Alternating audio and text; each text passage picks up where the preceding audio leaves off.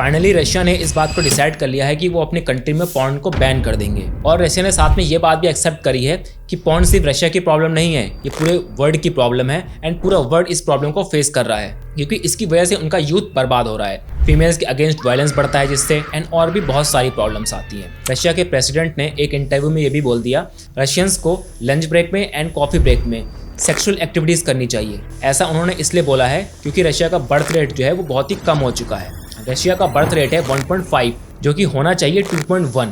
अगर किसी भी कंट्री को अपनी पॉपुलेशन सस्टेन करनी है, जहाँ पे वो पॉपुलेशन उनकी है भी, अगर वहाँ पे भी उनको अपनी पॉपुलेशन रखनी है तो उनको एटलीस्ट 2.1 का बर्थ रेट चाहिए। पर रशिया का बर्थ रेट हो चुका है 1.5 जो कि बहुत ही कम है। अगर ऐसे ही चलता रहा तो रशिया की पॉपुलेशन पूरी खत्म हो जाएगी एक टाइम पे। तो इसलिए रशिया को ऐसे स्ट्रॉन्ग डिसीजन लेने पड़ रहे हैं पॉर्न को बैन करके।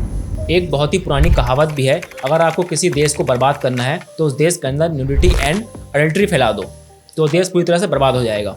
अब ये कहावत बहुत ही पुरानी है, 1000 साल पुरानी कहावत है ये, पर आज के ज़माने में भी ये फिट बैठती है। आज सभी कंट्रीज़ के साथ यही हो रहा है, उनका जो यूथ है पूरी तरह से बर्बाद हो चुका है। और इस मामले में यूएसए भी पीछे नहीं रहेगा, क्योंकि यूएसए के अंदर अभी ट्रम्प गवर्नमेंट बनी है एंड उनका 2025 का जो मिशन है उसके अंदर ये भी है कि वो 2025 में पॉर्न को बैन कर देंगे।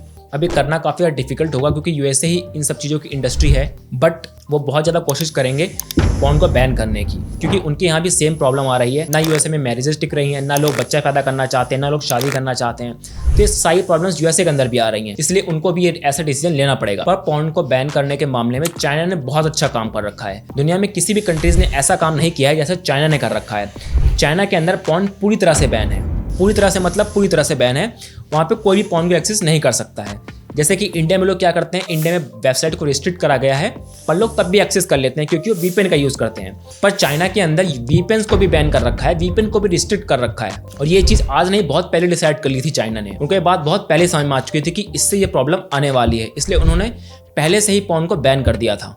और इसका थोड़ा सा डिफरेंट वर्जन यूज़ कर रखा है इजराइल ने। इजराइल ने 2016 में क्या किया, सारी पॉर्न वेबसाइट को बैन कर दिया। पर वहाँ पे एक कंडीशन रखी गई कि अगर किसी को पॉर्न देखना है तो वो पब्लिक एक्सेस मांगेगा पॉर्न वेबसाइट्स का, तो उसको एक्सेस दे दिया जाएगा।